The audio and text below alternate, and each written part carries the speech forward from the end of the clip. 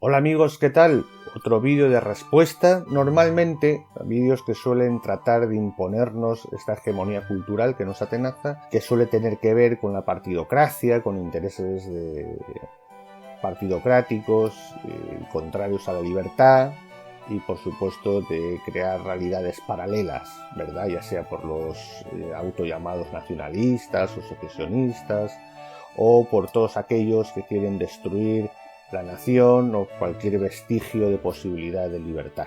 Bueno, en este caso hay que abordar no exactamente lo que normalmente identificamos como enemigos, sino más bien al contrario. En este caso sería un canal, Fortunati Jacinta, relacionado parece ser con el materialismo filosófico, con la escuela de Gustavo Bueno, que normalmente solemos coincidir, al menos en muchos de sus vídeos, sobre todo cuando se defiende a la nación, ¿verdad? Y a la realidad histórica o política dentro del ámbito de la Unión Europea, pero desde luego en este vídeo estamos refiriéndonos al COVID-19, fin de la hegemonía entre interrogantes, fin de la hegemonía de Estados Unidos. Parece que están tratando de abordar el análisis de la política a grandes rasgos, la política internacional, la geopolítica, pues están muy desafortunados tratando de imponer sus parámetros y sus esquemas filosóficos y de pensamientos en los que la realidad tiene que caber sí o sí, ¿no? Con calzador si es necesario. Vamos a abordarlo. Empiezan con una introducción más que cuestionable, expresando cosas como que si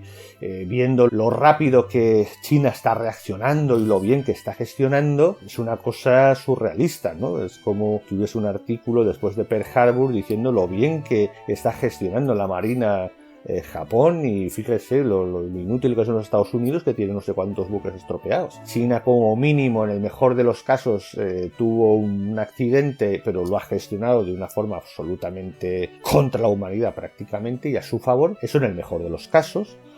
Y que pueden haber cosas mucho más graves detrás. ¿Cómo ha gestionado eso China? Pues es un ejemplo simplemente, ¿no? Del planteamiento inicial. Parte de eso pues aprovechan para abordar desde la cuadratura de sus premisas cómo son los Estados Unidos y qué tenemos que saber de los Estados Unidos, de una forma torticera y errática. Bueno, de entrada comienzan con una referencia a la declaración de independencia, ¿no? A que Estados Unidos nace de una revolución contra Gran Bretaña. Por supuesto, lo único que les interesa, y es cómo van a abordar los siguientes temas, son dos o tres ideas básicas, pero sobre todo, como explican en un principio, el destino manifiesto. Tratan de repetirlo varias veces para que los niños del cole pues podamos saber que tenéis que meteros en la cabeza el destino manifiesto. Pero comienzan con una referencia a la Declaración de Independencia, de la que prácticamente lo único que dicen es algo así como que son ideas incontroladas. Hay un montón de ideas filosóficas, ¿no? Muy densas y tal, pero bueno, si tú lo dices, la Declaración de Independencia es una obra maestra de la voluntad, de la libertad política puesta en marcha. Pero claro, para eso tienes que aceptar qué es la libertad política y por qué están en un proceso constituyente en ese momento. Don Antonio lo explica muy bien, hablando de las tres legitimidades: la legitimidad moral, que la consiguen porque precisamente ellos trataron de ser británicos y no les dejaron, llegaron a estar en el Parlamento británico. La legitimidad republicana, don Antonio hablaba de que la revolución de la libertad que es los Estados Unidos precisamente triunfa gracias a esa legitimidad republicana que nace de ver que el parlamentarismo le ha negado la ciudadanía británica y por lo tanto comprenden que tienen que hacer una república, eso que John Adams habló de la república de las leyes, gestionar una soberanía desde esa libertad política de cada uno de ellos, de todos, y que haya check and balances, controles y equilibrios, con un poder muy claro presidencial y con otro aparte legislativo, en fin, la separación de poderes. Y finalmente la legitimidad democrática, que muy bien definirá Hamilton, la legitimidad de la representación democrática. En fin, como bien estudió también don Antonio, Estados Unidos lo que nos da es el primer gigantesco ejemplo de república constitucional, de que la libertad colectiva puede ser real, puede haber un periodo constituyente y que el pueblo constituido y consciente puede alcanzar su libertad. A ellos no les interesa esto, lo imagino que está fuera de la dialéctica de estados y de sus premisas y por supuesto de la idea del estado como todo, ¿no? No le vas a explicar lo de la separación de nación por un lado y Estado por otro. En fin, ellos van al grano, van a lo que les interesa y es a plantear el destino manifiesto, que es el ortograma que llaman ellos, la razón de ser de todo.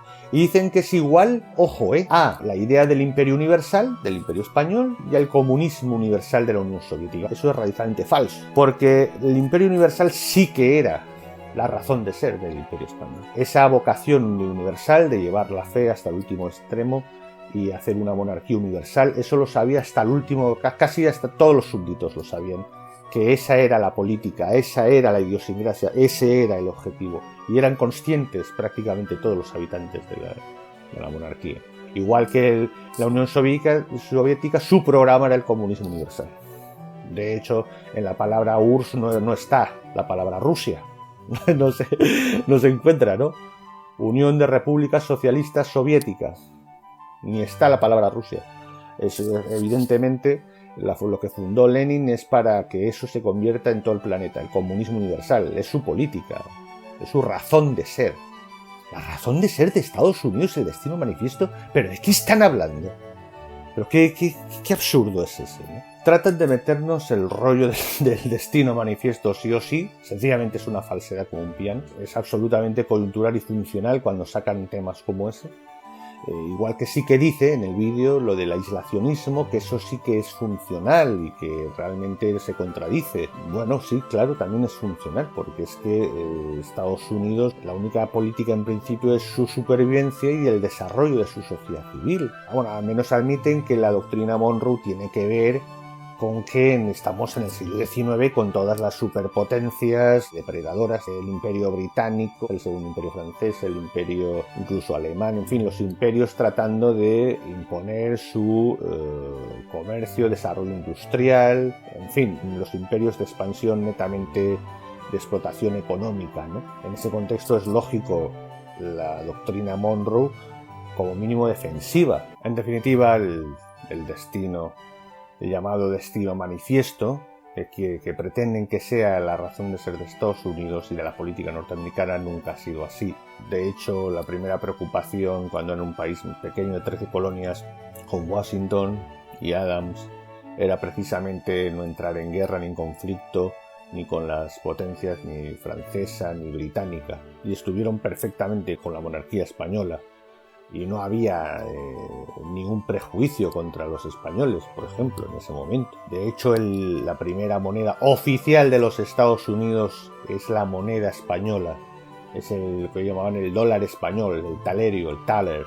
Y de hecho, Washington prefería tener a su lado a los generales españoles que a los franceses, por ejemplo. Y en otras circunstancias, pues naturalmente aprovecharon su oportunidad y aprovechaban para desarrollar su política de expansión para apoyar a la sociedad civil y que la sociedad civil tuviese más espacio de desarrollo, obviamente sus negocios, comercio, etc. El destino manifiesto quieren imponerlo como una doctrina política que además define a los Estados Unidos, cosa que sencillamente pues no responde a la realidad.